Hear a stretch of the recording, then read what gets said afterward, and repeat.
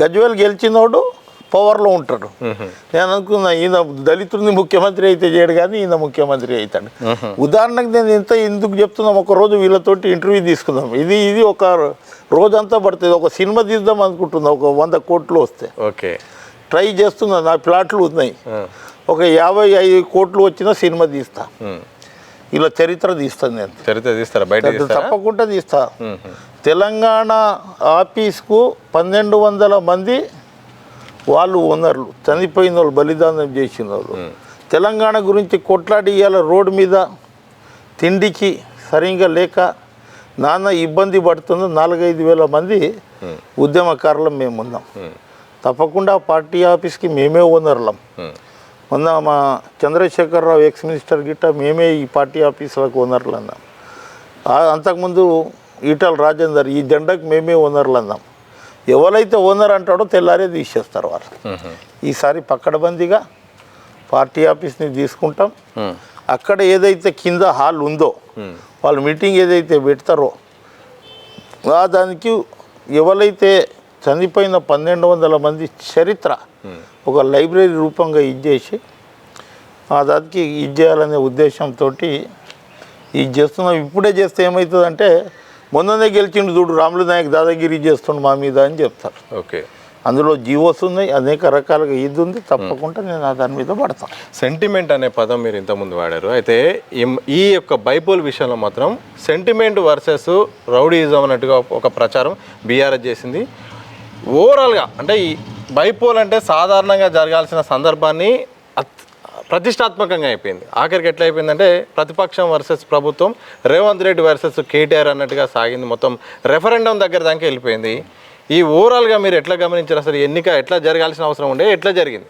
ఈ ఎన్నిక జూబ్లీహిల్స్ ఎన్నికలు కావు. ఈ ఎన్నిక మొత్తం ప్రపంచంలో బెట్టింగ్ అయింది. ఇప్పుడే నీవు చూసినావు, నాకు అమెరికాకించి వాట్సాప్ కాల్లో మాట్లాడుతున్నారు, వాళ్ళు కంగ్రాట్ చేస్తారు. అక్కడ బెట్టింగ్ జరిగింది. మన తెలంగాణలో అక్కడ బెట్టింగ్ జరుపుకుంది. మొత్తం ఆంధ్రప్రదేశ్లో బెట్టింగ్ జరిగింది, తెలంగాణలో బెట్టింగ్ జరిగింది.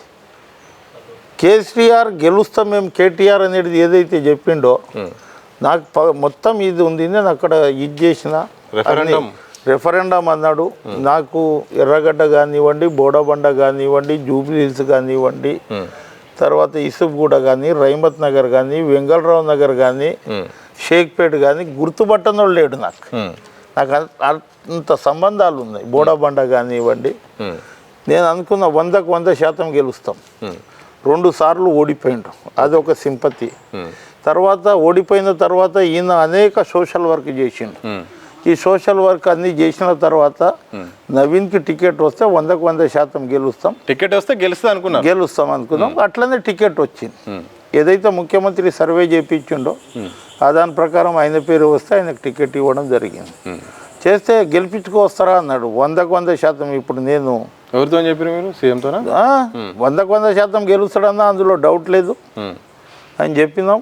అది ఎంత అహంకారం అంటే అహంకారంతో ఓడిపోయింది బీఆర్ఎస్. ఓన్లీ కేటీఆర్ అహంకారంతో ముఖ్యమంత్రి అది ముఖ్యమంత్రి పదవి అనేది ఒక ఇంపార్టెంట్ కదా.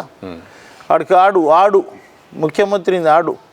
ఇలా మా అన్నాన్ని ఎందుకంట నాకు కొంత గౌరవం ఉంటుంది.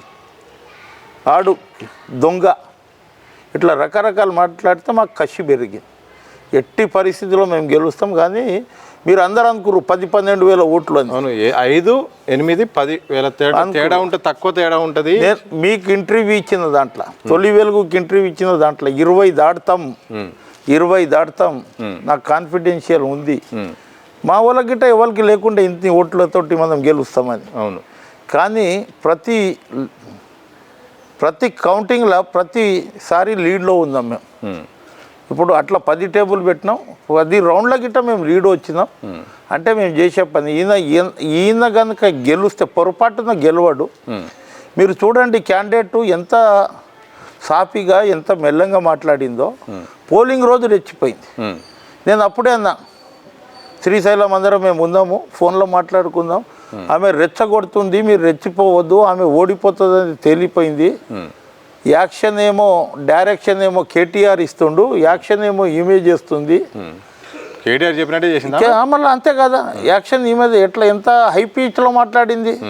ఒక భర్త కోల్పోయింది ఆమె, ఎంత ఇది ఉండాలనే ఉద్దేశంతో మీ సంగతి చూస్తా, నీది ఇది చూస్తా, రేపు నేను గెలుస్తుందా అంటే కేటీఆర్ ఇచ్చిన డైరెక్షన్ తోటి ఈమె యాక్షన్ చేసింది. పాపం ఈమె మాటలు కావు అవి. అట్లా ఈయన అహంకారం, ఈయన కనుక గెలిస్తే ఇవాళ ఆగుతుండేనా? అయిపోయింది మొత్తం, కాంగ్రెస్ అయిపోయింది, వచ్చేది మాదే గవర్నమెంట్